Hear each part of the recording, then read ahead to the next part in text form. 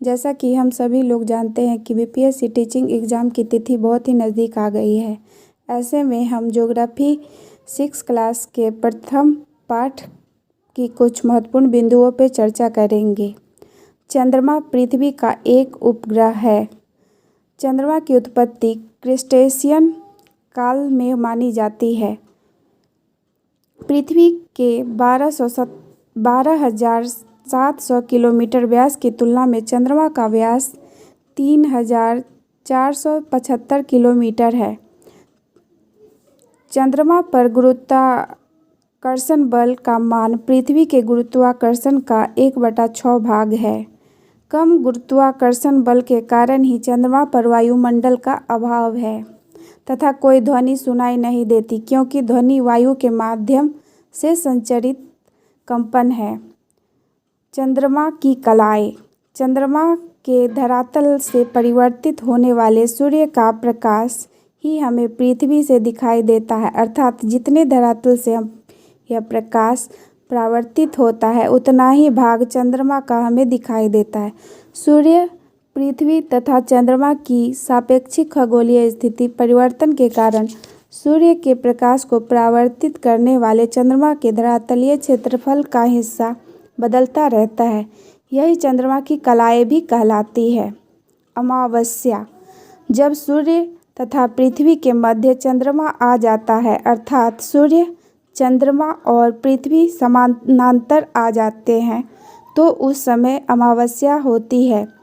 इस समय पृथ्वी से दिखाई देने वाली चंद्रमा के भाग पर सूर्य की किरणें नहीं पड़ती, अपितु चंद्रमा के पृष्ठभाग पर सूर्य की किरणें पड़ती है। पूर्णिमा। इसमें सूर्य तथा चंद्रमा पृथ्वी के विपरीत दिशा में स्थित होते हैं, अर्थात सूर्य तथा चंद्रमा के बीच पृथ्वी स्थित होता है, अतः पृथ्वी से चंद्रमा का भाग पूर्ण प्रकाशित दिखाई देता है। सूर्य ग्रहण। सूर्य ग्रहण अमावस्या के दिन होता है। चंद्र ग्रहण पूर्णिमा के दिन होता है।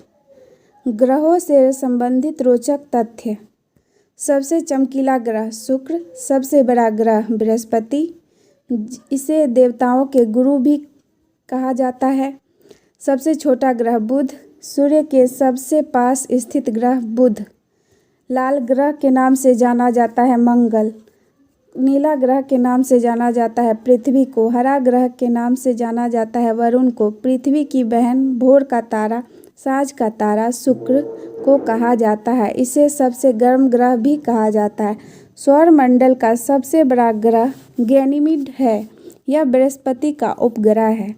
सौरमंडल का सबसे छोटा उपग्रह डिमोस है। यह मंगल का उपग्रह है। सबसे चमकीला तारा साइरस को कहा जाता है, जिसे अंग्रेजी में डॉग स्टार कहते हैं।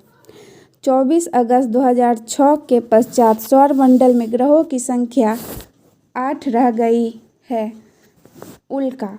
सूर्य के चारों ओर अनियंत्रित कलाओं में घूमने वाले आकाशीय पिंडों को उल्का कहते हैं। ब्रह्मांड, अंतरिक्ष और आकाश में अंतर। ब्रह्मांड हमारी पृथ्वी के चारों ओर विस्तृत अनंत आकाश ही ब्रह्मांड है। यह अनंत विस्तार लिए हुए है। अंतरिक्ष पृथ्वी के अतिरिक्त संपूर्ण रिक्त स्थान को अंतरिक्ष कहते हैं। पृथ्वी के वायुमंडल की समाप्ति पर अंतरिक्ष शुरू होता है।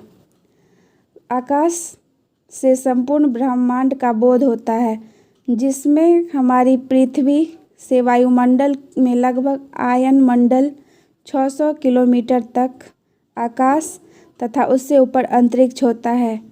धन्यवाद। आगे की पढ़ाई हम कल करेंगे।